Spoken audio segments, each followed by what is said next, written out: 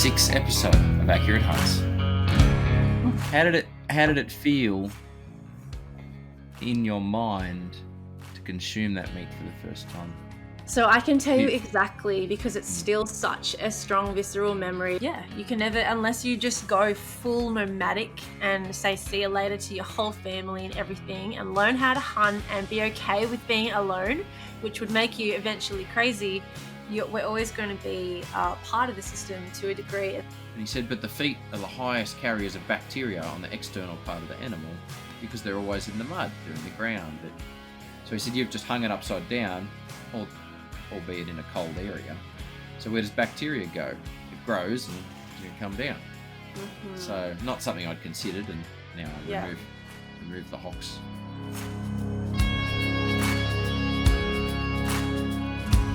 Here we are again, Accurate Hunts at Life Outdoors, and tonight I have two special people that I've met along my journey, and I've learned a lot from them, and they live an outdoors life. And I think I live an outdoors life, and they put me to shame. I've never slept in a cave overnight. So we have Eva and Will joining us tonight from the Central Coast. Welcome, guys. Thanks, Dodge. Thanks, Dodge. Good to be here. Good to be here. Thanks for having us. But I wanted to, tonight's a little bit different. We obviously a hunting outdoors-based podcast, and this falls more into the outdoors type conversation. I stumbled across you guys when I was doing a bit of a recording, traveling junket in the last 6 months, and we met at a random location on a random event, and it did involve animals and some skinning. So do you want to maybe touch on how you ended up at that event and what it was? Yeah, absolutely. So that event was a 7-day using the whole animal course with Dr. Teresa Camper, which is an amazing skilled primitive skills teacher from the UK. She was on season 8 of Alone, and she has been someone that I've been really following her work for many years, because in regards to like primitive skills and ancestral technology, there's not a lot of skilled practitioners of that in this country. It's really hasn't fully integrated into the culture here yet, but it's huge overseas. It's so big in America and in Europe. And so she is one of the many inspiring people that I follow online. And yeah, Gordo. So you were fangirling. Absolutely. Yeah. And there was no hiding that. No, it was obvious. Yeah. Yes. Yeah, absolutely. Just because her work is so thorough. Like, she has spent so much of her life delving into the traditional tanning and then using the whole animal as well. And she's shown that she's capable at that by going on the Alone in the Stone Age documentary thing she was on as well, where I think it was for a month they had to make all their own. Did you watch that? They had to make all their Surviving own the Stone Age. Yeah, it was awesome. And that was really incredible, because Will and I are really into, the more Stone Age technology as well. And so, yeah, Gordo from Bushcraft Australia brought her over here, and we were like, yes, let's get onto that. And then, we meet a friendly guy that brought the wallabies down, and that was you. And then kangaroos, correction. Kangaroos. Kangaroos. Yeah. No, that's right. Yes, that was that was a fun little journey. I met both Gordo and Teresa, and actually spent a bit of time on both their courses. And I did record some stuff with them. I had some audio issues with Gordo, so you won't hear that one. But I did lay down an episode with Teresa, and it was super interesting. I learned a lot in a short amount of time. I didn't do the full 7-day course. I was only there for 1 day of each. But just an interesting lady. And her ability to explain step by step the process, and watching her work with an animal she hadn't worked on before was very interesting. I actually get that comment a bit with hunting. If I go into a new area, or people say, "Well, how do you not get lost?" It's utilizing the same skill set, but just applying it to a different area, or her, to a different animal. So it was cool to see her caught off guard with some weird functions of kangaroos that she wasn't used to. Absolutely. Yeah. That was really fascinating, actually, watching her, analyze the anatomy as she was breaking it down. And she actually said that the anatomy of a kangaroo is the most similar to a human, and with reference to a collarbone as well. Their shoulder has a collarbone attached, whereas deer and goats and things don't. Absolutely. Yeah. And then the skin being so different, because the neck, obviously it was a lot thinner, and on deer that's the thick part. The rump is still very, very thick. But yeah, it was just fascinating watching her kind of navigate through that animal, and not ever knowing it, but really figuring it out as she goes, and applying her skill set with other animals onto the kangaroo was very cool. And you guys did some weird, stupid stuff with kangaroo parts. You were, using bladders as water containers and all sorts of things. Do you want to talk about the eye? Yeah, What'd you do? there was Oh, lots of cool stuff we picked up from that course.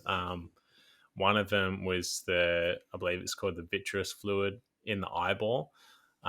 It's like made up of mostly proteins, which can be used as a binder with different materials like crushed up charcoal, or if you heat up bone so much where it's still white but it just crushes into a powder super easily, then you can mix it with that, and then you got like black and white paints that you can go and paint with.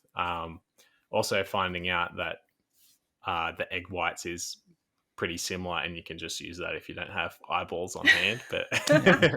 but it's still cool to put a use for as many Absolutely. different things That's as a you cool use. I don't think there's any egg whites available in kangaroos, so stick to the No. other one. can. And bones as well. She was using bones for things. Yeah, we did. We made a whole bunch of different bone tools. People ended up with different tools out of the animal because we all had different bones to work with. But some of them were like hide fleshing tools, basically. Different bits of Awls. like jewelry. Yeah, lots of awls and weaving needles and things like that. And for anyone who doesn't know what And an gorge awl, hooks. for anyone who doesn't know what an awl is, a bone awl is something that a piece of bone, obviously, that you sharpen into a point that you then push a hole through the hide, so then you can sew. Yeah, that's a pre-stitching method. Yeah. Yeah. Pop that through and then follow it. Yes, it was an interesting course. And as soon as I didn't tell you this, but I was sitting in the circle and I'd just finished interviewing Teresa when you guys all walked in, and I was like, "Oh, I know that lady," and that was you. And had been following you online prior, just Okay. on Instagram, watching your stuff, and that Yeah. was on wild beings. So this is your setup and where you've come from. If you want to, just tell us a bit about your history and where you've come from and how you started that. Yeah, so I founded Wild Beings, which is the organization that Will and I run, in 2020. And at that point in my life, I was living in a bell tent on my aunt's beautiful, beautiful property, which is like 200 acres in the middle of Yango National Park, which is like very, very vast and wild out there. And I was living out there for a year. And at that point in my life, I'd already been living outside for a couple of years before that. But that was the first time. I was traveling around a lot before that. That was the first time that I was in one place and on one piece of land for a whole year. And I really got deep into the more, bushcraft skills and ancestral skills, because I was in one place, and you need to be really grounded and have time and space to be able to go into these skills, because as you would have seen, Dodge, they're not just quick things that you can just figure out on a weekend or something. You have to really put a lot of time and energy and focus into them to be able to practice them, to figure them out as well. So yeah, I founded Wild Beings then, and since then, Will and I and our other co-founder Clay have just been running camps, basically just getting people connected to the bush, and also teaching them bushcraft skills and skills that bring them into more of a relationship with the bush. Like, that's pretty much the basis of it. It's not just bushcraft or survival. We do those skills, but the intention that we have and the foundations is to make people understand that we have evolved as hunter-gatherers. We've always had relationship with the land. And the only thing different now is that we're living in cities, and not utilizing all of those senses, and those innate knowings that are already within us. So yeah, it's been a really amazing journey. And it just keeps growing organically. Here on the Central Coast, there's a lot of beautiful alternative people that want they just want more realness and more nature connection. And to be able to offer that in a practical way as well has been, yeah, really, really awesome. And then it means that we've been able to deepen into those skills that we are so passionate about living. Yeah. So that's Two it in a nutshell. two questions, and I'll let you answer them separately. When did it start for you, the whole wanting to be more connected and living outdoors? Was it a childhood thing or more of a teenage thing? And was there something that happened? And then the second question is, you say more alternative people. It's interesting word, I suppose, but you would say that they're alternative, but alternative to what we're doing now. Well, They're exactly. they're not alternative to what we have done for centuries. That's right. Yeah. More normal people, really, we should say. Yeah. Yeah. Yeah. So I grew up here on the Central Coast and I was really lucky. Like, we always lived really close to the beach, or we had a bush reserve in the back. So I always was exploring the bushlands when I was younger. But yeah, I had a pretty rowdy upbringing, and, or not upbringing, but teenage years and early 20s, going and partying a lot. So I kind of wasn't really focusing on that aspect of what I'm into. And it wasn't until I started traveling Australia in 2017, yeah, that I just kind of remembered, oh, this is amazing. I really love this lifestyle, and I love the bush, and I want to learn what all these people are doing. I started meeting all these people living off grid or living out with Indigenous communities, and they were just living life differently. And I hadn't been exposed to that kind of alternative reality for a really long time. And so that kind of sparked me wanting to do that with my own life. And then, yeah, when I came back to the coast in 2018, that's when I started getting into the bushcraft side of things. So foraging wild greens and learning about medicines in the bush and things like that. And previously to that, I'd been a veggie for like most of my life. My mum's a vegetarian, never ate red meat when I was younger. I used to have a bit of chicken and fish here and there, but I was a pretty hardcore veggie. And then, yeah, I did a survival food challenge with a friend. So we only ate food that he hunted and that we foraged for those 2 weeks. And that's the first time I introduced wild meat back into my world. And I haven't really looked back ever since then. It just made a lot of sense to eat the land that's around us. It just made so much sense. So yeah, I haven't really looked back since then. I want to know about your start, Will, but you got to wait because she just said something that I can't ignore for now, and we'll have to come. I can't come back to it. How did it feel in your mind to consume that meat for the first time? So I can tell you exactly, because it's still such a strong visceral memory. I was out at the bush camp that we were staying at, and I was literally by the fire. It was all smoky, and it was kangaroo jerky that we had got from Roadkill Kangaroo. And I remember eating it and chewing it really slowly. And I was like, all of a sudden, I feel like it sounds cliche, but it was honestly like my body was like, yeah, this is what is normal. This is what we need. Like, and It's not cliche at all. It's a common comment from people who try for the first time. It's their body's just, it's like an exuberant, yes, 100%. it's what I'm missing. Absolutely. And it was like a genetic awakening kind of thing, that my body was hungry for this wild meat. And like mentally it made so much sense, because I've always been so, as many of us, so anti the mainstream meat industry. And so all of a sudden it all just made sense. Like, of course, wild meat, it's right here. And yeah, it was really cool. That's exciting. Right, Yeah. your turn, Will. All right. So when I was like a kid, I spent a lot of my time like going for bushwalks with my dad and that. And then when I was a bit older, like, you know, me and the kids in the neighborhood would go spend a lot of time in the bush building tree houses and having glove gun wars and Bike jumping jumps and into, stuff. yeah, and jumping off like creek banks into Lantana for fun. And like, it was just a very, yeah, I had a lot of freedom in that sense to just go and explore the nature around with my friends and that. And I guess that really like planted a seed for me. Because then when I got older and, I was in high school, then you got your HSC coming up. You got a lot of distractions that pull you away from the natural world. Um, and yeah, of course, like partying and drinking and all that stuff when I was a young fella, and just kind of, veered away from that side of things for like a little while. It was always still there, and I'd enjoy like going for surfs and, trail runs every now and then, but it wasn't like, the main pillar that my life is based off like it is now. And yeah, I've always been kind of like, thinking about environmental things and being, a bit conscious about things that way. And like back in the day when a lot of those like vegan documentaries came out and they were saying, oh, like we're doing all this damage from factory farming, so it's better to just eat plants for the environment. So I was like, oh yeah, well, I'll just do that then.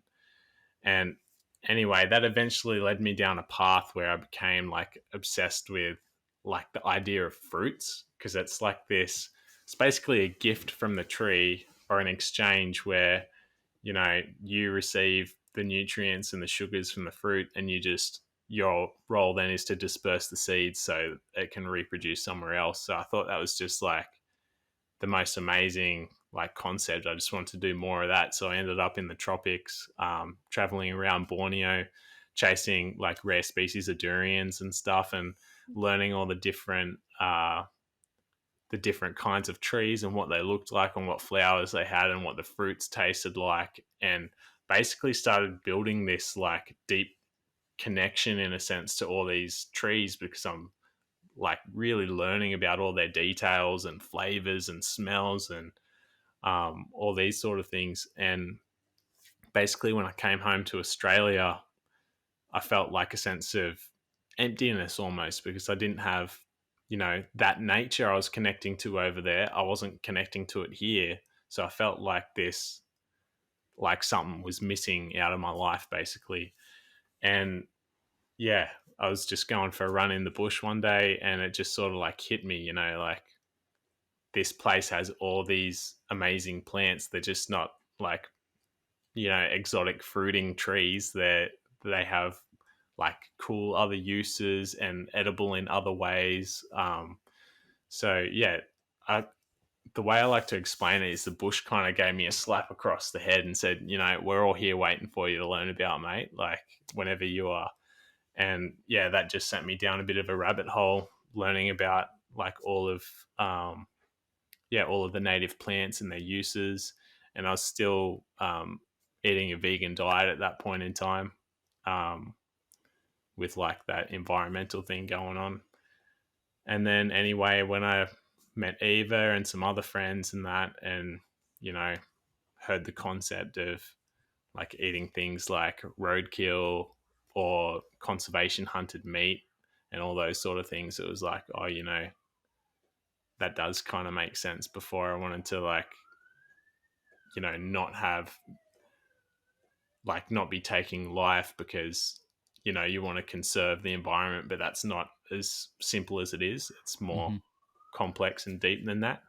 And yeah, and basically the plants were my introduction into the world of all of nature basically, and then that just started like a train of learning all these different skills, from learning about the plants to, oh, you can use plants to make fire. Oh, that's pretty cool. Oh, you can use plants to make cordage. You can use cordage to make string bags or fishing line, or to lash things together or make shelter. And then just suddenly realizing that nature is really all that we do need. Like if you include us as all of nature as well, like everything else that we have in modern life is just extras. Like, yeah, we all love it, or some of us really like to live in a house all the time and work from home on a laptop like we are now, but they're not necessarily like, you don't actually need it once you have the knowledge or some of the knowledge from the land and how it can provide for you. And I feel like coming into wild beings and that kind of thing, that was like a really strong thing I wanted to share with people is like, you know, nature has all this value for us and we have all this value we can give back to nature. Um, let's do that. Let's try and make like people enthusiastic about caring about the land, because you can see like its intrinsic value from all of that knowledge, if that makes sense. So Yeah. like if you go for a bushwalk, you're not going for a walk going, oh yeah, there's some trees, you can cut them down, it wouldn't make a difference. You're saying, oh, that's medicine, that's food, you can make shelter, that's how you make fire. That tree helped me out when I was bleeding everywhere and I was able to, like, you know, stop the blood flow and stop infection.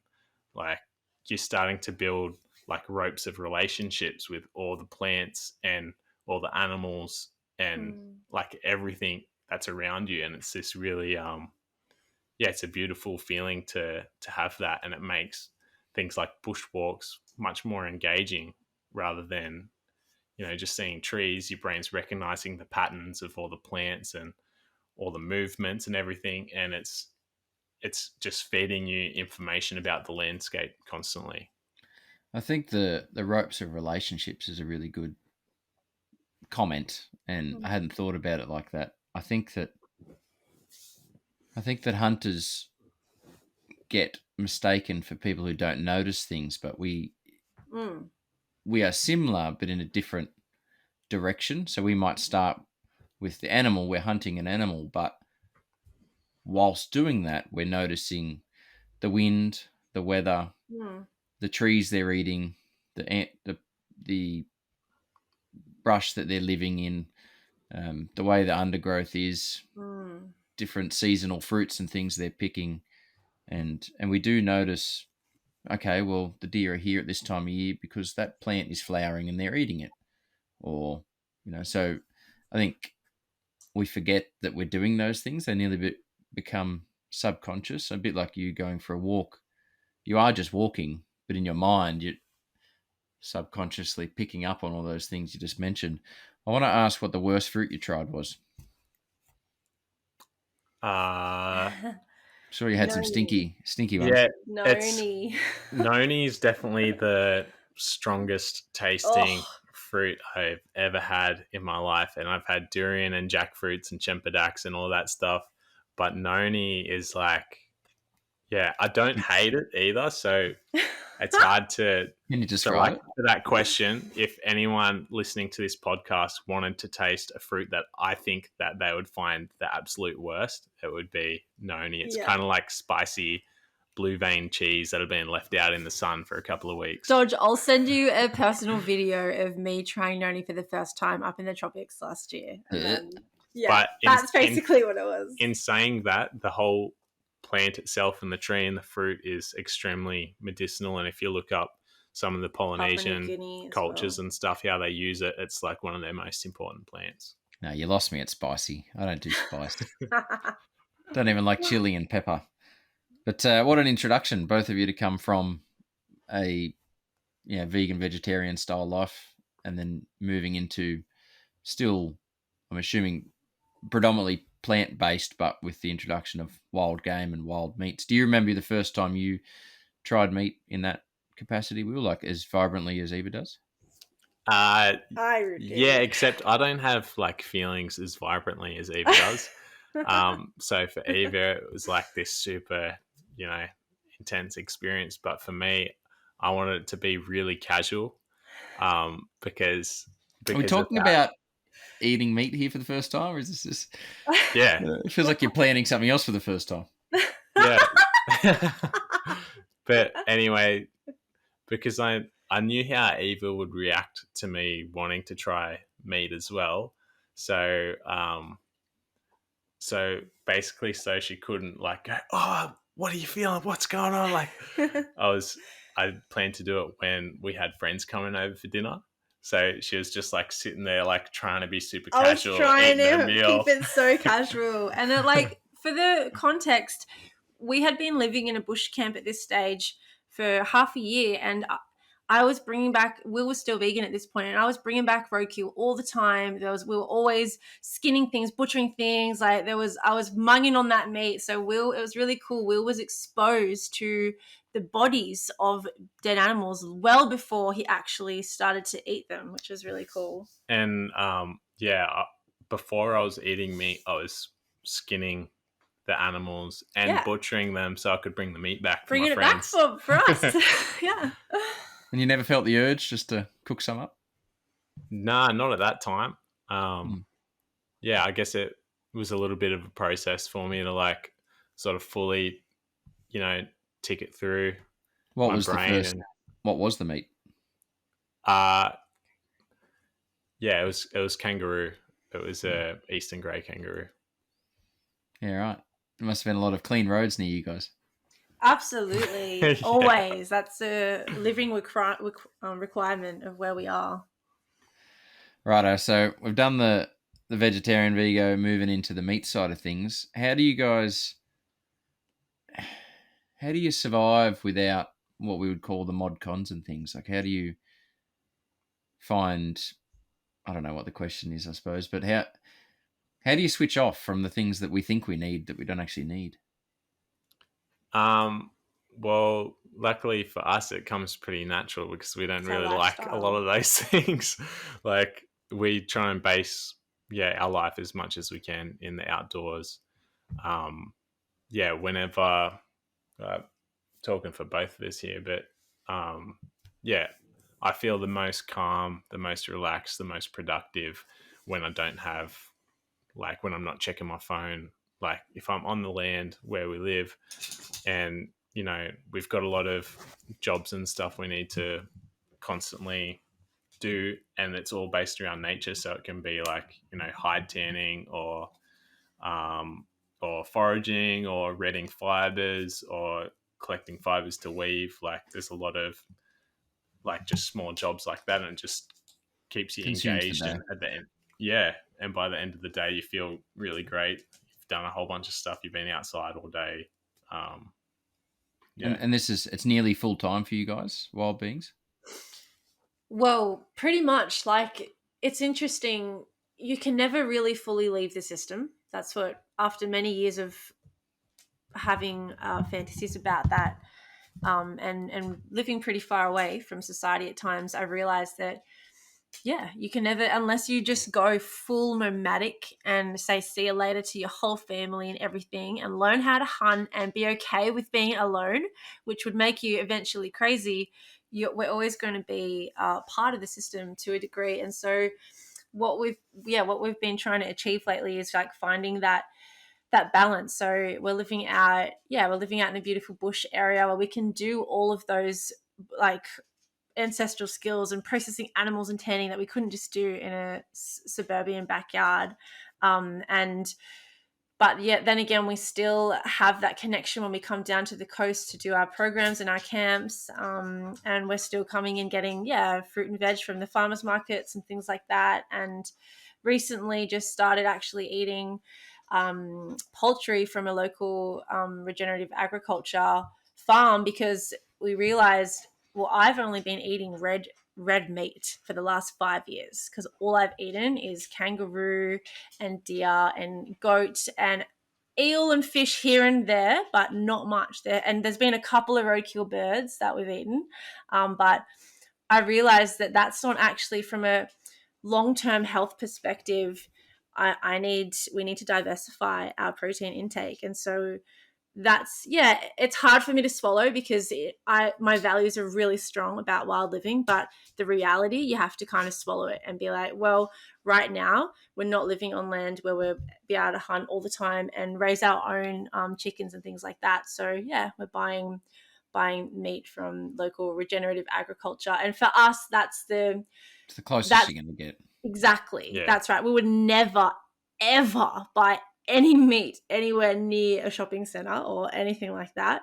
But that's the closest that we can get to creating that right now. And as well, for me, it's like, if you look at hunter-gatherer cultures that have lived throughout the past and still exist today, you find that the cultures that had the most diversity in their diets are the ones that were the healthiest and had the best physiques and the best teeth and all that sort of stuff. So I think it's a disservice to your own personal health to exclude certain things out of your diet. This day and age, we're not living in like the same conditions that allow us to be full-blown hunter-gatherers. So you got to, do the best with what's around you, and regenerative agriculture products. I think it's a good step.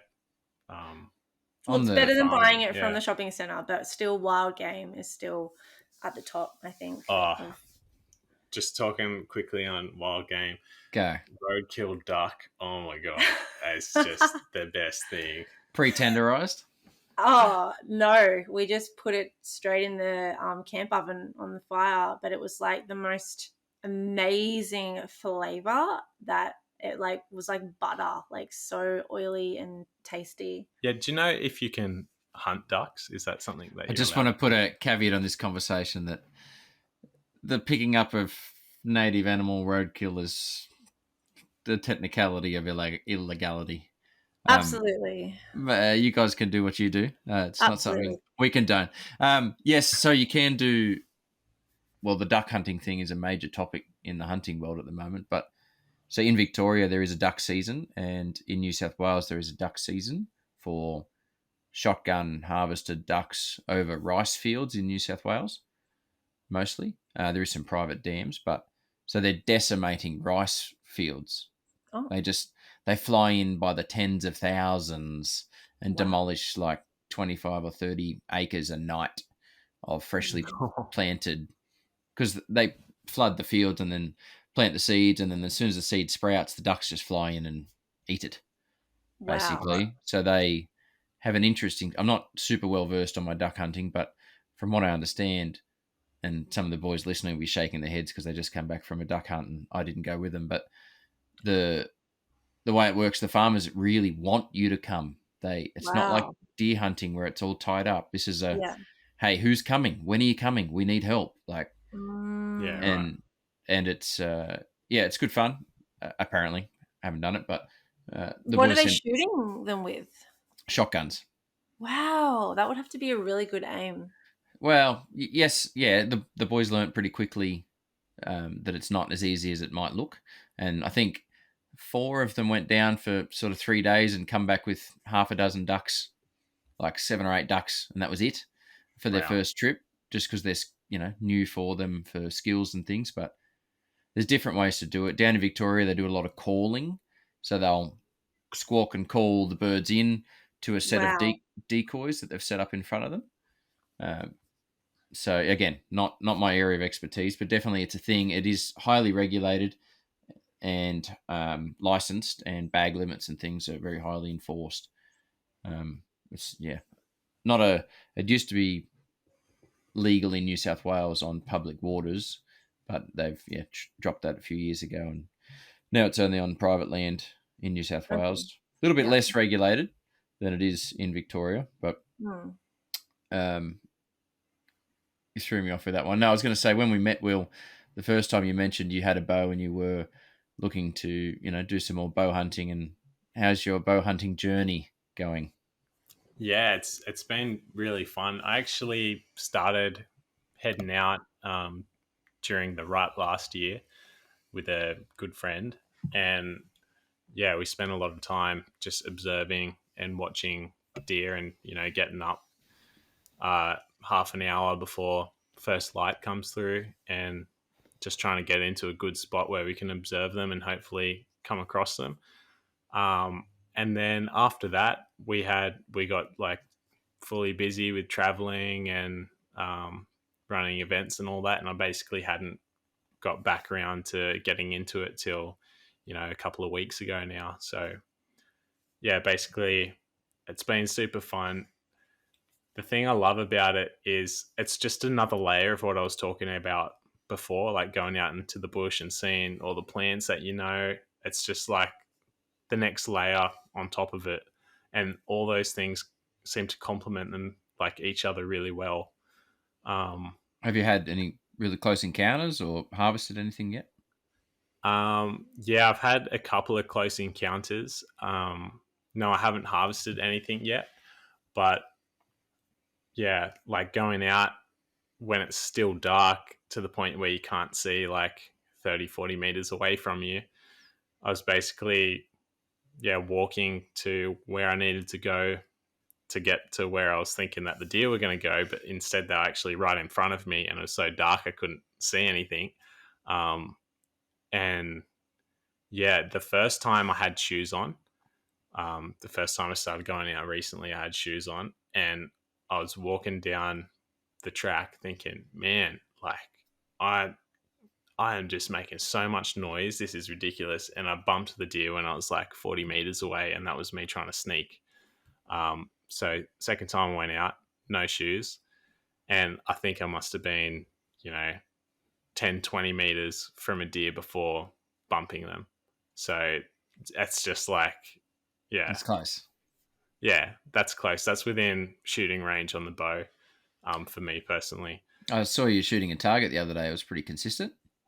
Yeah, I'm happy with my groupings at 20 meters for, Yep.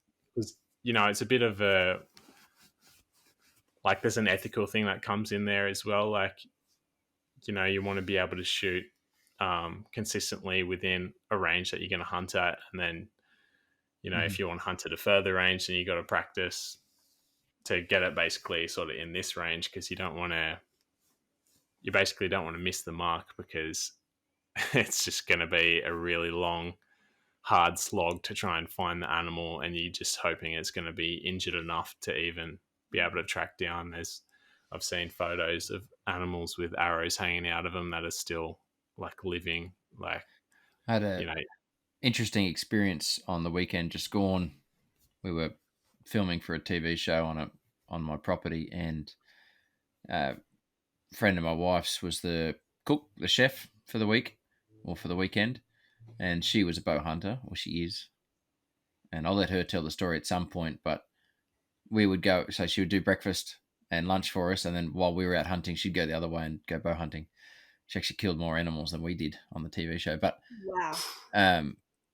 she had a really misfortunate, is that the word? Unfortunate situation where she actually, without giving too much of the story away, shot the animal she wanted to shoot, but as the arrow exited, it came out at a 45-degree angle, deflecting off a rib, and then hit a second animal that was not behind the animal she was shooting at. oh wow, And then ensued probably an hour and a half of trying to stalk that animal in not ideal situations. Anyway, she got it done, and yeah, it was very emotional for her, yeah, and very real Wow. for us. We were sitting on the hill watching it all through binoculars with two-way radio, telling her what was happening because she couldn't see the animal initially. We could. Wow. So it was pretty raw to watch that from a yeah, distance, but her ability to follow it through and push through the emotions to get it done, yeah, to end that animal's life that she didn't really need or mean to wound.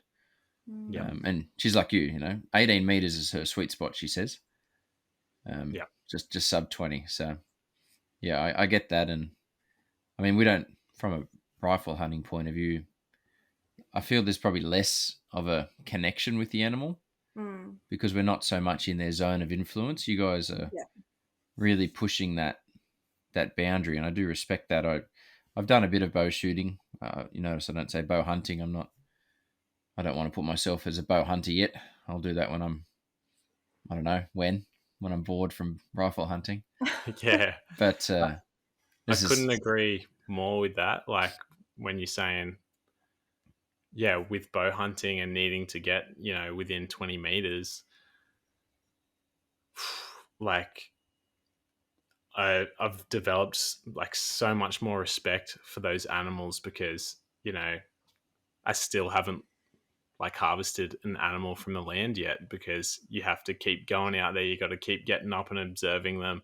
And, so far, every single time the deer's outsmarted me or being more skillful than I am. So, like, yeah, they just keep building like this respect for those animals and how incredible their survival instincts are, and their hearing and their ability to detect movement and Yeah. smell. And oh man, it's incredible. And it's such a rush, even if you don't like go and get an animal, to be sort of sneaking through the bush as quietly as you can, and then suddenly 10 meters away you hear a deer like make an alarm call, and then Right. like run away a little bit and try and figure out what the hell's going on. Like, man, it's just like such a rush. And even like, even just sitting in a hide, like if you sneak out to somewhere where you want to just go and sit and wait for a deer to walk past where you've been seeing them move through, like with all the other aspects of nature connection going on, it's still like a really beautiful interactive experience. You're still up for seeing the sunrise. You're going from complete silence out in the bush surrounded by nature to suddenly one small bird starts chirping away, probably the eastern yellow robin, and then followed by other birds coming in and slowly building up. And then you hear the kookaburras go, and then they sort of wake everyone else up. And, you know, it's just a beautiful time of day to be out in nature and connecting with the land, and still having like an objective like hunting to do. It's more of a reason to go and do it, because I feel like, you know, humans are creatures of comfort a little bit. And if you go, oh yeah, wake up at, you know, 5 o'clock and get out into the bush to listen to birds, like, although I enjoy it every single time and love it, like it's just doesn't quite do it for me. Like, especially if I have a late night or something. But, you know, It's just necessary. yeah.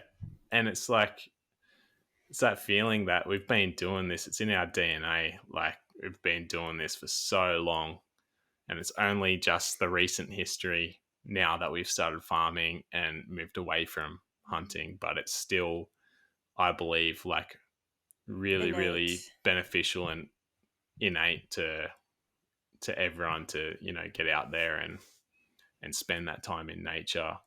Eh, Um, As you just said, you haven't had that hands-on killing experience yet. We connected recently. You guys put in an order for some venison, and I said, "Yeah, I can feel that." yeah, So I went and I think you had an event or something, and you needed some things for, Yeah. and I went and shot 3 fallow does just at a local block close to here. I was only after 2, and then there was 2 standing side by side, and I thought, well, I'll make them busy. They won't waste it. And you guys turned up the next day, I think, and you were Yeah. just the smiles on your faces. I think they're still, your cheek muscles are still recovering. And to us, or to us being my family and myself, it's very common to have, you know, deer and things hanging around at home in the cool room or on the table. And you guys sort of experienced that with my kids hanging around, and they were Mm. just very matter of fact Yeah. about, you know, we try to introduce them to all that. So, but it was nice for them to, you know, meet you guys and then um, see what you guys can create from those. So, what did you need them for, and what have you done with them? do you want to start and I'll fill in any It's gaps? probably Oh, a long journey. Yeah. it was incredible. Like, I just want to say, it's actually one of my most favorite things to do, to be like skinning and butchering an animal, because it brings my mind so hyper focused into the present, and I have a very busy mind. Not many other things do that. And so it was actually really awesome. We did 2 of them the next morning, I think, and then 2 of them in one day and then one the next day. But yeah, so we got them obviously because for ourselves, for eating, and also for the ancestral skills gatherings that we run. We always cater dinner, and we always cater wild game, whether it's kangaroo or goat or deer.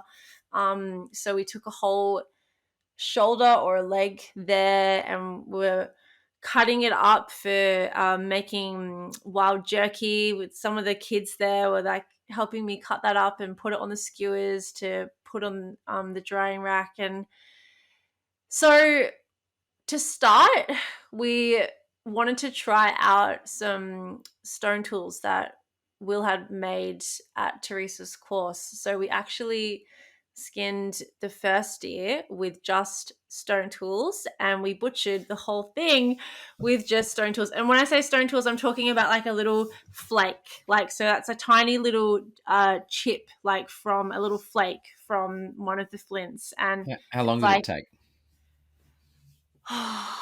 it would have taken So to skin it. when we say butcher as well, we're talking about just into like the main cuts. So Primals. taking the legs off, like separating the Back straps. yeah, Yeah, not down into steaks and cuts and things, but that's right. Not completely, no. But it took us, I think, to skin it alone probably an hour, which is a lot longer than usual. And then because the flint blade was getting dull by the end of butchering, it was a tedious process, but we were committed. Our stubbornness, we're like, no, we're doing this whole thing with just the stone. Do you remember having fatigue in your hand from holding such a small blade? I didn't have fatigue, but I just had like cuts all over my finger, like from holding it like that. But yeah, You're skinning the deer, even not yourself. well, Yeah. exactly. But it did require a lot of concentration because the angle on how you have to hold that, because when it's sharp, it will slice straight through the meat, slice straight through that skin. So it's so amazing, but you had to be really precise about the angle, how you're cutting it, and everything. But towards the end, we were kind of just like hacksawing with a tiny little stone blade to get the meat off. But Something I learned off Teresa, just to interrupt, and it was to do. You guys went on to use the skin, or you still are, and things. But every people listening might understand this.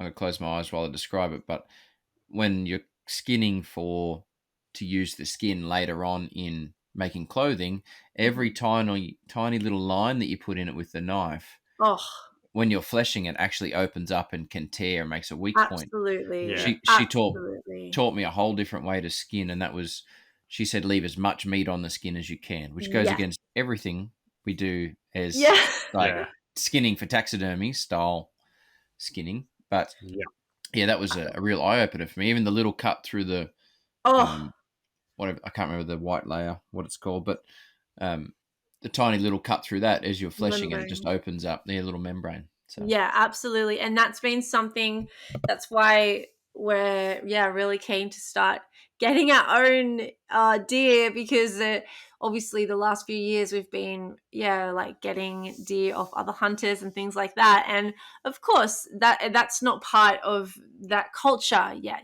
Like you say, you guys want to get it done quickly and efficiently, and so the priorities are different, but it makes such a difference when we're working with the hides and fleshing them and degrading them when there's not heaps of damage. Like it just makes a completely different material at the end of it. This was in your living room, wasn't it? Yeah, some of it was at the front. We hung it up on the meat hooks at the front, and then we had them all like curing in the living room while we were breaking it down. It was great. It was it was awesome. Yeah. And I must say, Dodge, out of all the hides that we've gotten from hunters, the ones that you gave to us with those deer. Oh, wait, no. We did them. Yeah. You were about to give me a compliment. Yeah, I was going to say, man, you skinned them so well. You did that yourself. Pat on the back to yourself, Will. The kangaroos were pretty. The kangaroos were good. The kangaroos were. Well, you know why? So the first course they weren't, because I did them the normal way. And you guys were on the second course, so you got the better batch. Oh, did Teresa give you a little talking to? Yeah, she did. She gave me a little smack on the wrist. That's awesome. But also, it was the size of kangaroo that she requested was smaller than what I provide. I was like, oh, big ones, surely. Yeah. No, it made life terrible. But yeah, absolutely. Anyway, absolutely. So you got the skin off one with some traditional tools, and then you manned up and used real tools. Yeah, we used our knives for the second one and the third one. Yeah. So basically, essentially from those animals, we kept the trachea from one of them, which is like the windpipe for using for things like holding your bone needles. It's a good shape for a case, so that would have been another item used back in the Stone Age times because of its shape, and it's nice and hard. Obviously, we took all the brains out to use for brain tanning. That's not obvious at all. Oh, well, That's obvious for you guys. yeah. Well, yeah, we found a really good, Teresa actually taught us a really good way to get the brain out, because prior to that, oh my goodness, Will and I had really massacred some skulls. All kind of rocks and hammers involved. Yeah. Does it matter if you scramble it? No. Okay, so I would Not normally really. just go up through the spinal cord, scramble it, and then pour it out. Yeah, we haven't done that yet. Teresa just saws out with a little saw a rectangle in the back of the skull, and then just reaches in and grabs it out. But I'm yet to come in from the other side, which we're keen to do. So we took that out, and then obviously we got the heart, kidneys, liver, tongue. We left the eyeballs for this one. Yeah, we're a little bit busy with didn't need stuff to do your going nails, on with Phil? these ones. What's that? Didn't need to paint your nails. Nah, No, not this time. Not that time. I love using the tails as my feather duster at home. I use deer tails to get all the cobwebs and dust the place. So just drying them out, preserving them.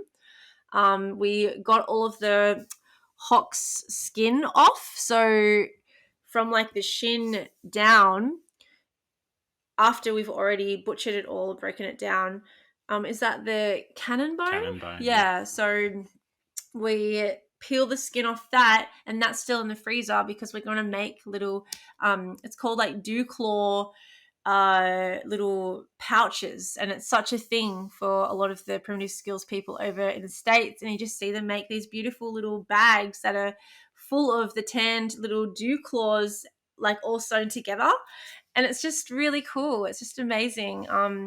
We kept all of the bones, and we made some awls. You made some hooks.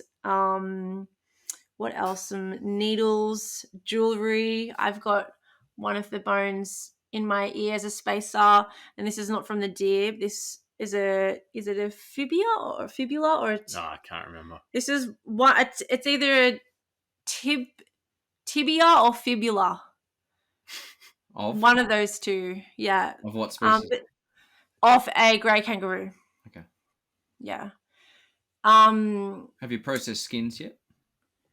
We're in the process. So yeah. We have removed the hair, we've removed the grain, and now we just need to neutralize them before we then start applying the fat solution before we soften them into buckskins. Yeah, it's pretty exciting. You threw out terms there that, again, no one else knows what you're talking about, degraining and things like that. And Teresa, from memory, there was no grain on the kangaroo skins, or there was a step that she had to change from deer skins to kangaroo skins? Yeah, so with the kangaroo skins, the grain layer is really like securely attached to the mid-dermal layer. So it's incredibly difficult to grain them.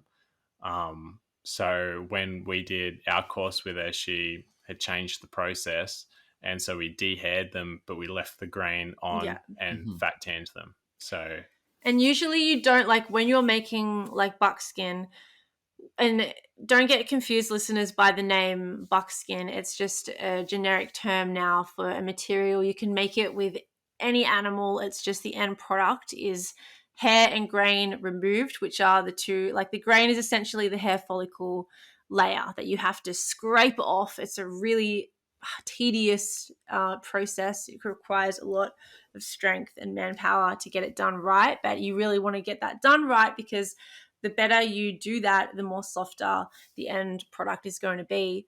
But with the kangaroo, that was a trip out, leaving the grain on, because usually that's just you don't do that if you want nice, soft, supple buckskin material. But that was a really cool thing that Teresa learned.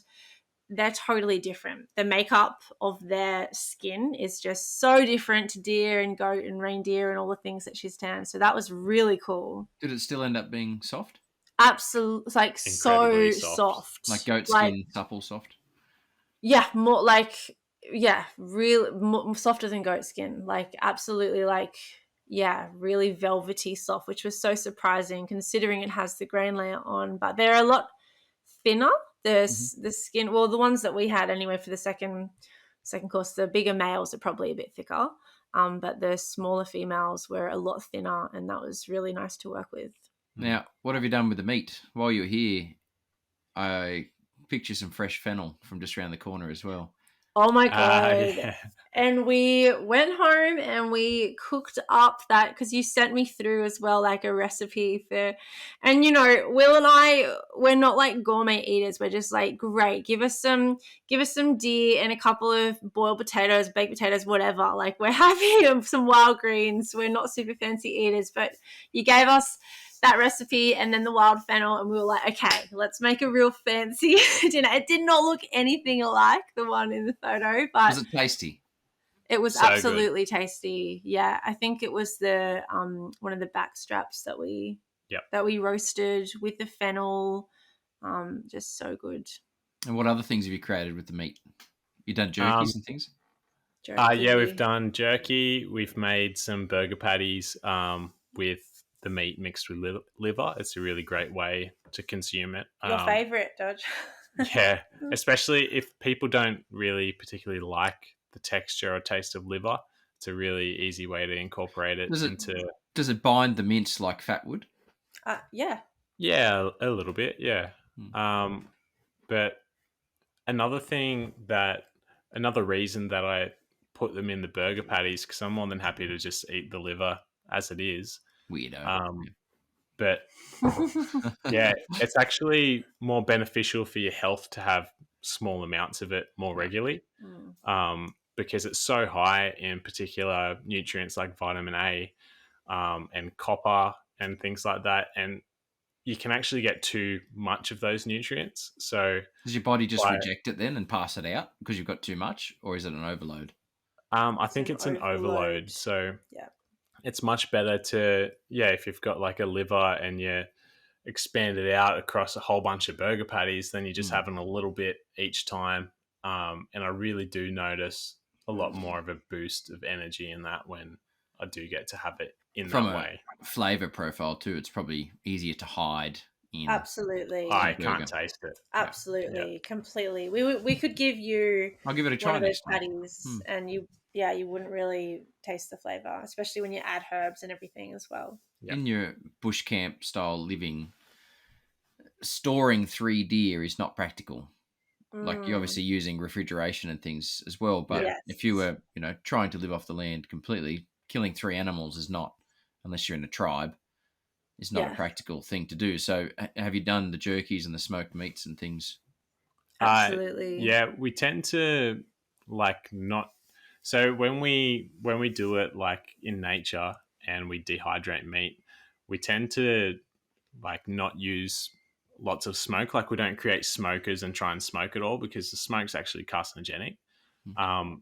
But we do use fire, and the fire basically dries the air. So you have a small fire underneath the meat, not trying to create lots of smoke, but just the heat from the fire dries out the air and helps to dry the meat. And also, I've done plenty over the years, plenty of batches of just sun-dried jerky. It's obviously not as tender because it's not temperature controlled and all things like that, but it still does the job and it preserves it. And one really amazing very old traditional food that we've been making lately is pemmican. Have you heard of pemmican? I have, and I saw you put up that, so tell us what it is. Oh, Looks like just dusty phenomenal. dirt balls. Yes, it does look like that, and it doesn't taste absolutely amazing, but you can make it taste better. Like, that was pretty good. We just added some extra salt because it's rendered fat, which we rendered from your deer that you gave us, and jerky that you blend up and put them into a little ball. Like, so you're mixing the jerky in with that tallow. It's like a Stone Age bliss ball. Yeah, and it's so incredible. If you want to go deep in the rabbit hole, I love researching like anthropological essays on pemmican, because it was like the main staple, like on going on long journeys and long ventures where there's not an abundance, if they're in like really cold climates and things like that. This food lasts for decades. Like pemmican, it's self-preserving, so it will last you for so long. And you can add I think they added like cranberries and other wild berries, and then you've got a full whole fats, carbs and proteins all right there. So you're pretty much set. It will keep you alive. It's obviously, you're probably going to get sick of it if you're just surviving on that. But we took some out on our hike that we went on a few weeks ago, and it was just amazing, like how much it sustained us, like the energy that just, there wasn't a drop in energy. It just kind of keeps going. It's, yeah, I have so much awe for that food, just because you can make a whole bunch of it. You don't need a fridge. You can go for as long as you want and you're set. I was just looking up the history of the word, but it's saying here North American Indian Yes. style? Yeah. Yeah. Yeah. Do you know what the word means? I didn't quite find an answer. Probably means dried meat ball with rendered fat. You're throwing that in your pasta, you reckon, with the meatballs? Some tomato sauce. Righto, so you've used all the meat, you've used the fat. I'm interested to know if you've got any other uses for that. Was there much fat on them? Yeah. Yes. Yeah, Okay. we've got a lot. a couple of jars at least. Yep. We cook all of our stuff with the tallow. We cook all of our, like, anything we're frying, we use tallow. Yep. And also making tallow balms, because it's so good. So good for your skin. I was going to say, have you gone down the path of soap? Not yet, No. but that's next. We've got a mate who just made some with lard, but we want to make it with tallow. So that's next on the. I'm about to make a sunscreen with it as well. Yeah, righto. I've got a recipe I can send you. I got it from mutual friend of ours, but Wild Food Meister. Oh, nice. That's so cool. He sent and I looked at it and I'm like, probably don't have time for that. But yeah. Wow. I do have the recipe. So we've got skins, meats, fats used, organs, tracheas, bones, tendons. What do we use tendons for? Sinew. So, yeah. So with the deer, I kept the backstrap sinew. Silver skin. Yep. And the tendons out of that cannon bone as well. And then a lot of the other tendons we end up, like, stewing pressure cooking and breaking it down, because it's actually really great, like, medicine for you as well. It's really healthy. People are selling like gelatin and stuff as like food supplements these days, and you can just slow cook your meat with some tendons in it and consume it that way as well. What were you doing with the back skin, the silver skin? Yes. So basically I just scraped any sort of meat that was left on it off completely, and then dried it out, and then you can pull it apart into strands, and with those strands you can make things like braided fishing leader lines, or you can use it as thread for sewing leather. Probably lots of other uses too. Binding your arrow tips. Yeah. So putting stone points on wood for arrows or spears, you can use that to tie it on. And it's really great for those kind of things because it sort of self-tightens. You don't need to do any particular knot. You just kind of throw it underneath itself and it will tighten and clamp down on it. So as it dries out, from what I understand. Yes. Similar to rawhide being really constrictive once it's dried. Yeah, exactly. Yeah, right. So what have you got left? Is there much left? You got meat left? We have got meat left. We have some bone shards left, like some little splinters from crushing them up, and I've been using those to make some toggle and composite hooks, basically. So that basically means a hook that is essentially like a small stick with a bone spike tied to it with natural cordage. Yep. Have you caught anything? No, I've been working on that kit though for a while, and I just need to figure out what species of fish to target. I had some gorge hooks made up with some sinew leader lines, and I had a go at trying to catch some potty mullet on them. But they were so small that their mouth couldn't actually fit around the gorge hook. So that's going to be a bit of a problem if you're trying to catch them. And that's the thing with a lot of these skills. If we're not getting shown and taught these things, you kind of reverse engineering it, and it takes a lot of time to actually succeed. But that's part of it for I was us. going to Like, say, does that make it feel more real? Like this, you yeah, feel like you're back absolutely, thousands of years ago working this out for the first time. Yeah. And because from that experience with the gorge hooks, because when I heard about them originally, I was like, oh, easy. It's so much more simple than What's a making gorge hook? It's a flat piece of bone, like that's quite small, with a groove in the middle of it, so you can tie your string or fishing line around or whatever you have, and you basically rig it up so it's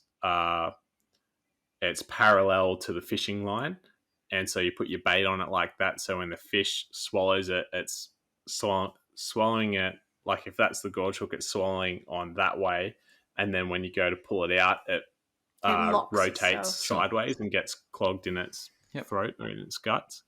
That's very size specific, because a small one would just pull out of a large fish, and a large one can't get consumed. Yeah, that's right. So from that little experience, I was like, oh, okay, well, for some fish, you do actually need to make hooks. So that's why I've gone and made some of those composite and toggle hooks. And so now when the fish goes to bite it, you can sort of give it a pull and try and hook it on, rather than just waiting for it to hopefully swallow the entire thing whole. So I think the gorge hooks would work a lot better for more aggressive species of fish. And you mentioned that you cooked some of the shoulder for an event you had, and you've mentioned previously that you are hosting regular events. What are some of the topics you're covering, or some of the events you're hosting? I know you do stuff with school kids and juniors. So I'll start with the weekend camps that we do. We do them at our mate's awesome like rainforest property here on the Central Coast. We've been doing them there for almost 4 years now, and they're pretty much weekend family camps, and we focus on shelter building, fire by friction, wild foods and medicines, foraging. They're the main workshops that we do there, but we've done like eel trapping there and random spontaneous things like making jerky, making cordage. So it's based around those, shelter, fire by friction and foraging, but it's not limited to that. So the point of that is to get people out camping of all ages, from all different backgrounds and levels of experience. We get people that have never been camping ever before, and then we get people that are like really into their bushcraft and deep into that world. And that's so awesome for us, because then it creates this kind of environment where we're also learning, and also creating that space for people that aren't super comfortable in that environment to come and learn about it. And the practical skills is something that we really love, because it brings people into their own body. Then they get to make these things with their own hands and then leave with that confidence. It's just, there's something really really satisfying about crafting something or with your own body, and using your own knowledge and the land around you to then craft something or make something, and then go home with that knowledge and a physical thing as well. So we try and base it off that. It's great for the kids. Like the hands-on stuff is just amazing. We've got people that bring their kids that they might say, oh, like my kid's on the spectrum, blah, blah, blah, whatever. But then you see the kids out in the natural environment and they're totally sweet. Like, it's like we're all designed to be outdoors, kids especially. So yeah, we do seasonal camps there. We have an earth skills one coming up in May, which we just cover the topics like what we said. And also it's a fun culture. We do like shared cooking on the fire, and it's a fun communal vibe, which is really awesome as well, just to be outside with a group of people that you're getting to know. Learning new things. On the communal vibe comment, Dan, who I met on the same course you guys did, Dan Proshek. Oh yeah. Oh yeah. Communal house situation that he's built and creating. I've been Yeah, follow Open Living or something it's called. I've been following that on Instagram, Facebook. That's a crazy concept, and in an interestingly good way. Yep. absolutely. Yeah, I haven't been up to date with what's been happening with it Well, lately, so but the it's house is awesome. the house is finished. They're living in it. They've got two other people that have joined them in the community. I don't want to say Wow. commune because it's not that type of thing, but it's a Yeah, yeah, it's an incredible, interesting way to do things in this current Yep. lifestyle that we normally live in. yeah, He's sort of yeah, bucking a trend and going differently. You mentioned about creating a safe space for people to feel, touch, and have emotions. And I know off air we spoke about killing a live animal and how that impacts people. And I know that forms part of one of your courses. How have you found that's been received in front of these people yeah. that aren't used to that? So it's actually been so beautiful to bring that element in. We've done it 3 or 4 times now over the years, with a couple of roosters and a goat as well, that I dispatched at our last family camp. So that's about, there's about 50 people there, like altogether, and half of them are children, and some of them have been exposed to like growing up on farms and things like that, but a lot of these kids come from the city. So we always like check in obviously with the family and say, look, this opportunity has come up and we would really like to do this in a group setting, and everyone's usually always okay with it. And the people that aren't comfortable with it, we go somewhere private. So it's not in the main area. We go somewhere private to make sure that everyone feels comfortable and really create like this space.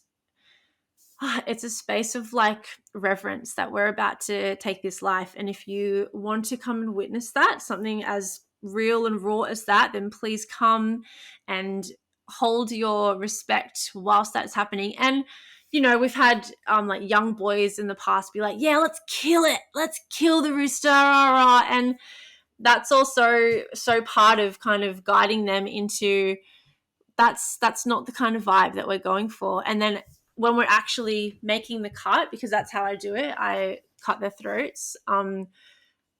Those boys change, and there's like the potency of that moment when you're witnessing something die. It's something that, yeah, I do not take lightly at all. And we welcome and invite like all kinds of emotions. Some kids get upset, some kids are like, ew, like gross blood. And our job is to kind of hold that, and allow them to feel safe to express all of those things. And then we talk about it, and it's something that we're discussing for the rest of the camp and talking about how everyone felt. But honestly, the feedback that we've got from some of the parents and how moved they were, like to see the death of an animal in a beautiful, loving way. And I think that some people, when they think about killing animals, they don't think about it as a beautiful, loving way, because it's not always beautiful and loving, but it so can be. And I think that's a big part of my passion in that world, is creating that space to show people that we have been doing this forever, and it is a difficult thing, but it's also just a part of the cycle of life. And if you do that with respect, and educate people, it's really quite incredible. Like, I think we would agree at all the camps that we've done that it's just been this beautiful communal thing. And then we're all eating this rooster or the goat, like, and yeah, it's just so beautiful. Because, like, as well, I think, pretty much everyone who comes to the camps already eats meat anyway. Most of them, yeah. And yeah, most of them do. And I think it's the same with like everyone else in the world. Most people eat meat, but they're not necessarily exposed to these sort of Yeah, yeah, yeah, experiences. But yeah. nonetheless, these things are happening without us being involved in it. Letting So someone else do the killing for them. Yes. yeah, Yeah. and sort of shying away from it. And I think it's a really important part of it because, you have a certain like, gratitude for your food if you've seen an animal that's been alive and then to know that that animal has been killed so that you can eat. And that's what is involved with like a lot of the meals that you eat. Hmm. it just changes your perspective on life a little bit. Mm. Like, I reckon it's like,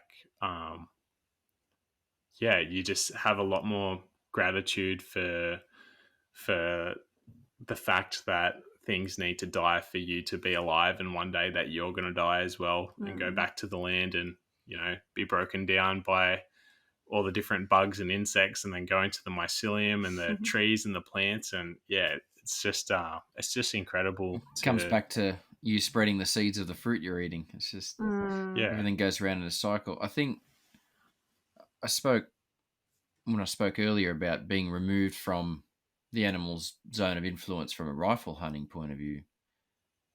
I I feel that the hands-on cutting throat is the equivalent of the bow hunting versus rifle situation. Like I've harvested, shot, killed hundreds of animals, but and I've forgotten some of them or most of them specifically, but the ones that I've put down, Mm. and I'll clarify that as whether it be a pet or a farm animal or something, but a point blank dealing with whether it be cutthroat, bullet to the head, and whether that be for food consumption or for old age or for sickness, they're different and Mm. they carry a whole nother level Mm. of emotion. Yeah. And I think that hunters probably don't articulate it well enough, but I also think that people don't understand it. And Mm. because we yeah, don't articulate it, that they think we love killing and that they put the two in the same category.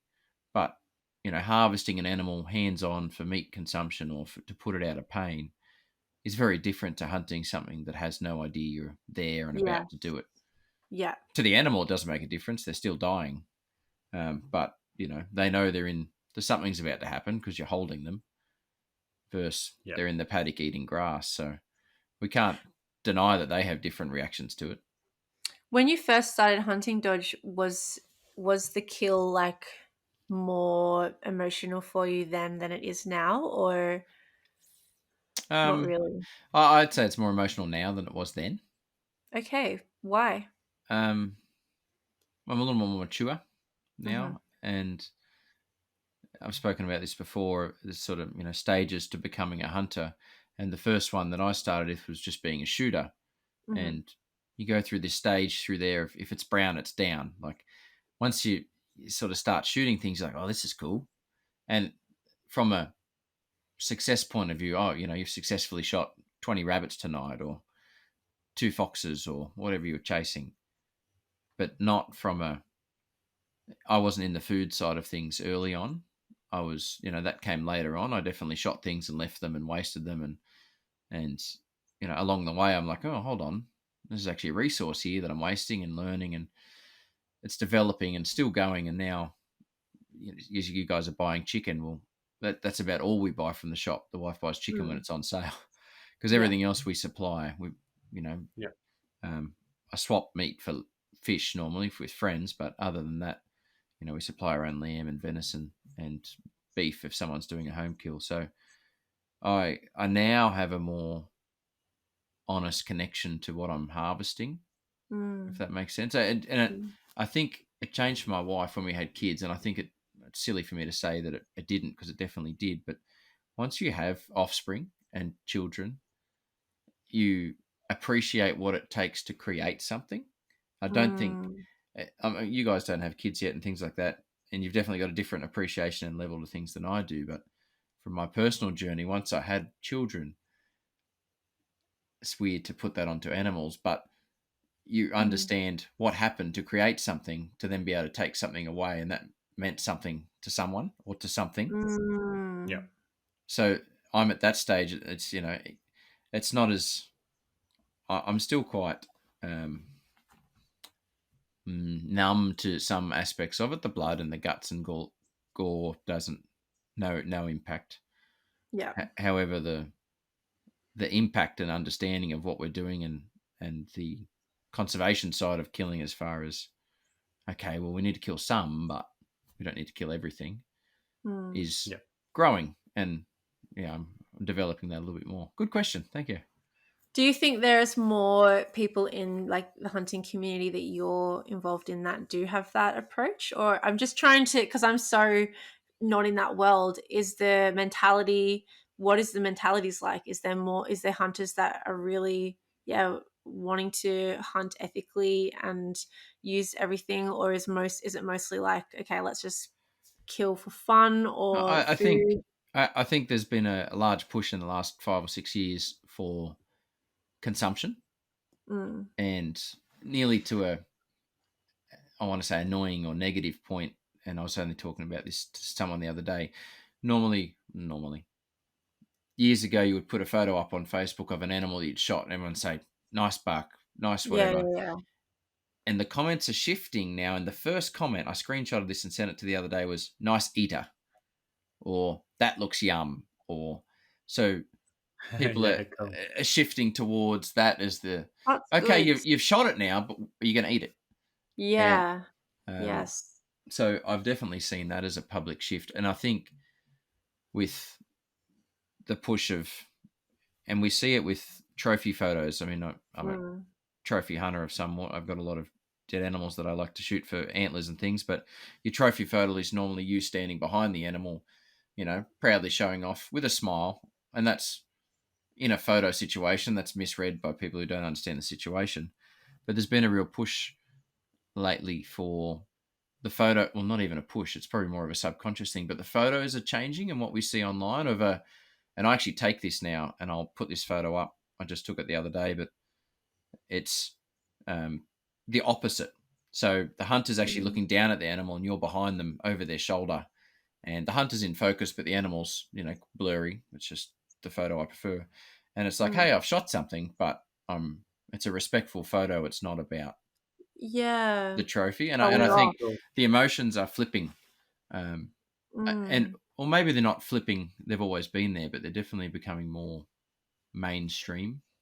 That's really great because I feel like it's such an amazing resource, especially here, like in Australia, with even with conservation hunting. Like it's what if you didn't have the skills, yeah, why would you not go and get your own food? Like if you knew how to, like it just makes so much sense. It's made trickier by the fact we can't sell it. Like, I Yeah. shot those for Yeah, you guys and I gave them to you. I can't do anything. So on my local property here, I've got more deer than I can consume. yeah, But what do I do? Like, my freezers are full right now. I could have yeah, shot one the other week, but I got nowhere to put it. So yeah. I didn't, but technically I need to because there's too many on that place. So Mm, it's like and I don't always have Yeah. people that want to turn up the next day and grab it. So it's, Yeah. I'll yeah, let you know next time, but it's, absolutely. it's yeah, I think, finding guys like you that maybe don't have the hunting access or Mm, skills, but then want to use it more than we can. And you mentioned mm, your hunters want to use the whole animal. I would say I use the whole animal, but to me that's 4 legs and the back straps. mm-hmm. You know, Yeah. where you guys using the whole animal is, track ears to make pencil cups, but Yeah. it's a different level. I can just imagine your kid at school sitting in there with the little cup and their pens or their quills. Oh yeah. My kids don't use pens; they use quills. Uh, With charcoal and eye liquid. That's I right. think Yeah. I think it's really interesting talking about like hunting animals for consumption as well, because when I first sort of was getting into the idea of it, I didn't even consider that you'd hunt them for anything else. Mm. Like I didn't Mm, understand that at all. So, and then like I was thinking, oh yeah, like if you're hunting, you'd prefer like, you know, animals that aren't super old, like maybe like 1 or 2 years old would be ideal. So you're going for like spikers and stuff like that. And then when I started sort of being more exposed to the hunting world and, you know, following some other bow hunters and that on Instagram and social medias, and they got all these photos of all these like deer with crazy antlers and all that stuff. And I was thinking, like, man, like, I mean, it's going to be a lot of food in that, but like, wouldn't you prefer the smaller one with the more tender meat and just the spikers? But then Yeah. realizing, like, you know, that's not that's not like the goal for some people, which is fine as well. And I say that with what I do, that meat is a byproduct. It's not my goal. With the trophy side of it, and this current, like from Christmas to now, is the peak period to harvest deer because they've got the most fat on them. Beyond that, and I think a lot of people, when they say they don't like eating venison, is because they've been given some meat or cooked some meat that was a buck, or like someone shot it, and then during the hunting season or the breeding season, which is just about to happen, I suppose, and it's been poorly handled, and it's an older animal, so it's innately tougher, chewier, and if it's poorly handled, then it will have scent and things attached to it that aren't amazing. But I challenge everyone to eat buck meat that's been handled properly, because I can handle it and cook it in a way you wouldn't even notice. You'd just think it was a mid-year doe, like. Absolutely. Just slow cook it, right? Like, well, no, but even the handling, you know, if it's a buck that, I mean, they piss on themselves. Like, yum. No, said no one. So, I mean, tell me about how you handle. Some people are into that thing. Buck. So I use 2 knives. So I use one for, you know, cutting skin, and then once I've cut through the skin, that knife goes away and stays away.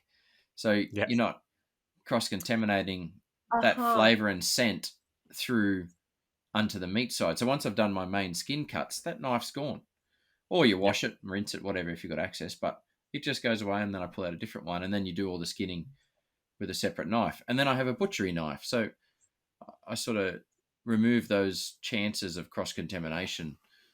Something I learnt not that long ago, someone corrected me, was I used to hang things, and just because I was lazy, still had the feet on it. And so I'd skin it, but you never skin out the cannon bone part and leave the hoof on. Yeah. And they said, why'd you do that? I said, well, it was convenient at the time. And he said, but the feet are the highest carriers of bacteria on the external part of the animal, because they're always in the mud, they're in the ground. So he said, you've just hung it upside down, albeit in a cold area. So where does bacteria go? It grows and it's going to come down. So not something I'd considered, and now I remove the hocks all the time. But I think, poor handling of meat will lead to a poor experience on the eating side. And like I said, I'll challenge you to a cook-off of a young goat versus an old goat, and I can pretty much say I can remove that smell and flavour from the meat, because I don't think the meat itself carries the scent. And a mixture of it is also, it's on your hands, so you got to be careful about gloves and things, or just washing hands. But it's also in your mind. If you've just killed a fox, and I've had this experience, and then ate it, it tasted like what we smelt when we shot it, like when we skinned it, because it's in our mind. We have that memory. So. That's a really great point to make. Like, it's more about the psychology that you go into it with, and also education, like just knowing how to make it taste good. Like, well, you have to come and do one of the education courses we run. Yeah, we definitely. I got a spot for you both, and you'll have more opportunity bow hunting goats than you will deer. That's for sure. You talk about bumping deer, and they run. If you bump a goat, they run, but they just run over there. Yeah, they don't run 3 ridges away. So and with deer, what I've been told anyway is, like, you know, if you bump them, just leave them, because then they'll break their patterns up. So, like, if you sort of startle them a little bit, just, you know, wait till next time before you have another go. Like, they'll correct. They'll come back that evening to the same spot, or if it's hot, they need to come to water, so that doesn't really matter too much. But if, you know, you're on a game trail that they're using regularly and you bump them, if it's a hot day, your scent will dissipate quite quickly, and they'll be back that afternoon. Yeah. If you've shot one there, well, it's a bit different. They might go around it. But definitely, unless you can see them, then you keep hunting them and keep pushing them. I wanted to ask you some questions about like imitating like deer, doe calls and stuff like that, and how you incorporate that into your hunting. Yeah, I'm looking around because I've got some gadgets. Bear with me for a run. So this here is called a Flexmark Samber Stalker, and it's a little mouthpiece reed. Wow. And I'll just give you a little.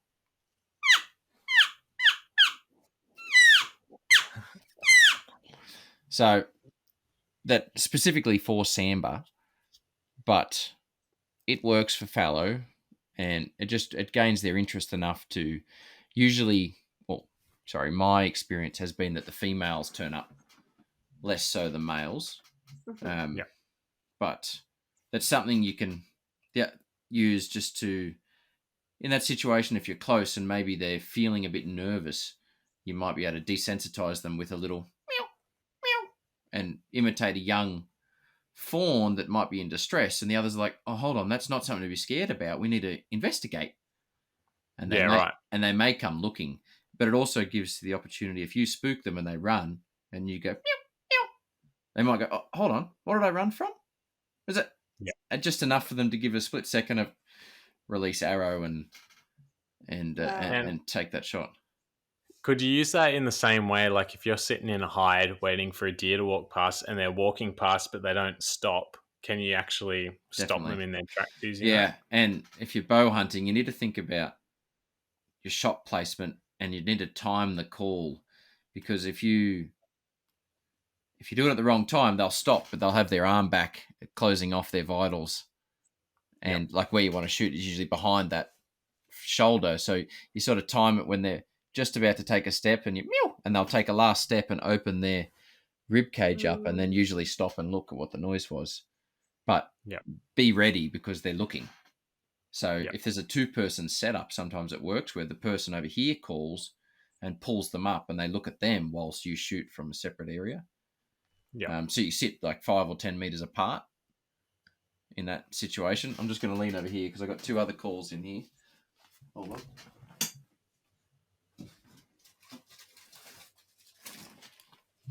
I'm back. So this one is for chital deer or axis deer. Oh, they're so beautiful. Let me see if I can. It's a terrible high-pitched scream, but it's a so it imitates the males.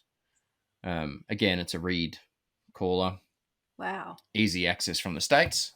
And then, now I'm going to really stand up because it's up the other side of the room. Hold that thought. This one, talking about using whole animal, was made by a friend of mine, Dr. Yannick. And it's a buffalo horn with a reed caller in it, and it's the fallow buck caller. And I apologise for the volume, but...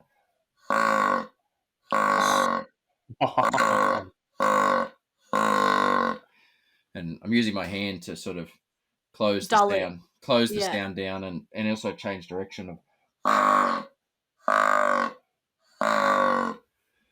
So that is incredible. Specific time of year for that, and that's coming up.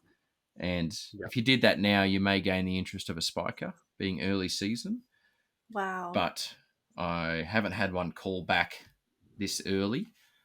And you can have different responses. Some young ones will call back, and some old ones will go, that sounds different. I'll go and investigate, but silently. Yeah, right. And they'll just turn up right in front of you. Or sometimes they'll battle back and call back. But another question I had was, when I was going out during the rut, there was quite large numbers of deer all hanging out together. Whereas now I'm only finding groups of 1 to 3 females, and all females with young ones. That's a good thing, because the rut's about to happen and the boys will turn up.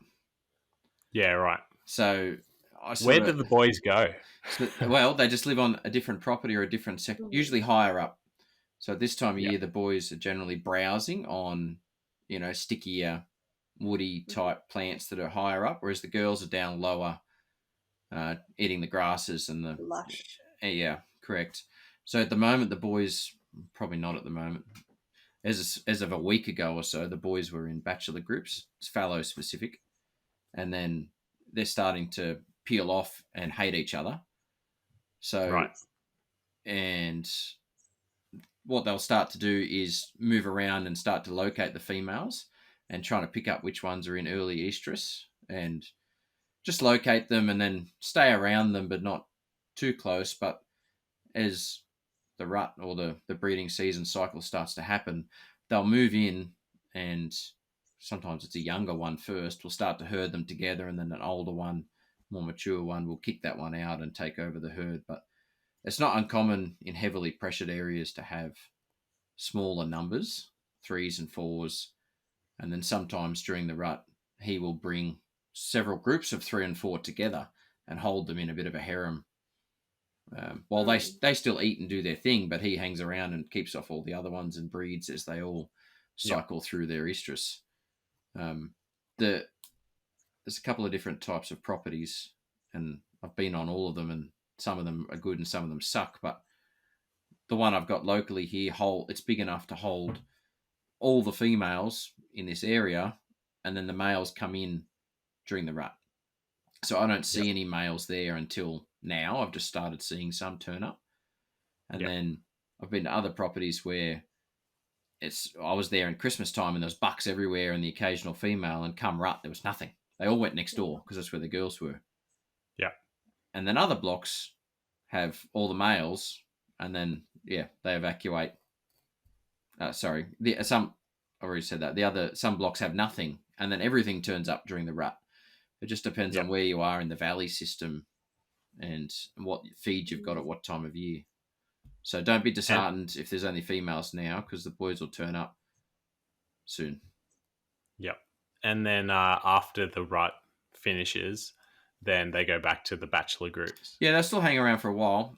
I would say, in my experience down here, it's been probably June or July when they really start to peel off and go back to being solo, and then they'll hold their antlers still until September, late August, September, early October sometimes, depending on weather. And then they just hang out by themselves beyond that. I liken it to, I was using this analogy the other day, schoolies. So at the moment we're in HSE time. So they're all focused, they're hanging out, they're mates, they're studying, they're eating, they're fattening up, and they're doing something, which is just preparing for what's about to happen. Yeah. But then schoolies happens, they all hate each other, they get in a brawl at the pub, they're all chasing over one girl, and they have this, 2 or 3 weeks of craziness and all things happening. They don't eat, they don't sleep, they just want to play. And then after that, they leave the girls, go home, and they're all back to being mates again. Yeah. So, liking it. That's so funny. It's a terrible analogy, but accurate to a degree. On your courses, you've got an exciting one at the end of this year. Who are you hosting? Yes. Teresa Camper. Yeah, so we're so excited about that. She's coming back to Australia, and she's doing 3, 2 down in Victoria, and then 1 on the Central Coast up at our place. Yep, and slightly different courses I saw in the notes.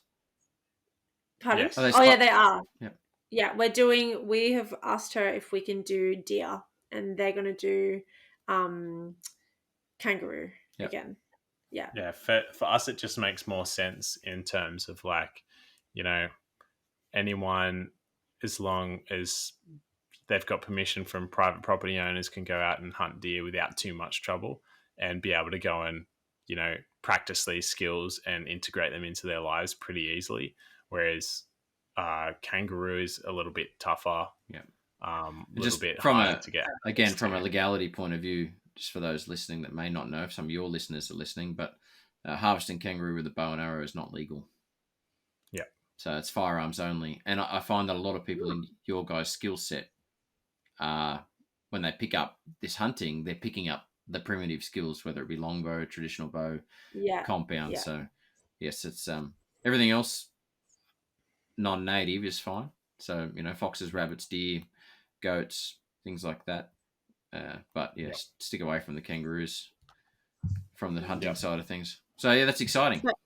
Yeah, that's exciting. So it's a week of we're doing the butchering and using the whole animal for a few days, and then making buckskin for a few days, and then making a leather pouch from the buckskin. So it's really cool. She's added an element of actually sewing and knowing how, because sewing animal skin is very different to sewing cotton or other fabric. Like it behaves very differently. So it's a whole other skill set in itself. So we're so keen. And where do people go to find out about these courses?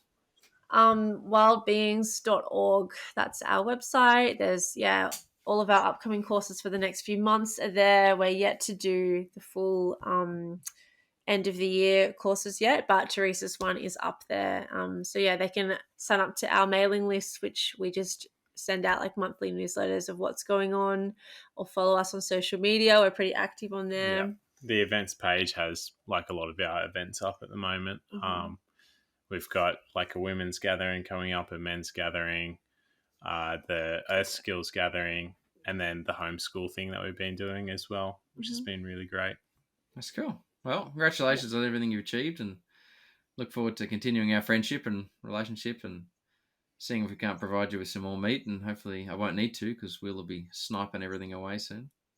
Well, we'll always receive more meat if it's going. But yeah. But thanks for being here. I hope everyone's enjoyed it. I've definitely learned a lot, and I appreciate the skill set you guys are bringing, and hoping that a few hunters can take home some notes and maybe, leave a few more things at home instead of out in the bush. Yeah, for sure. Thanks so much for having us. It's really great to connect in with a hunter like yourself and kind of cross over and learn from each other. I think it's a really cool collaboration. Likewise. So thanks to everyone, and until next time, good night. Cool. Thanks, Dodge.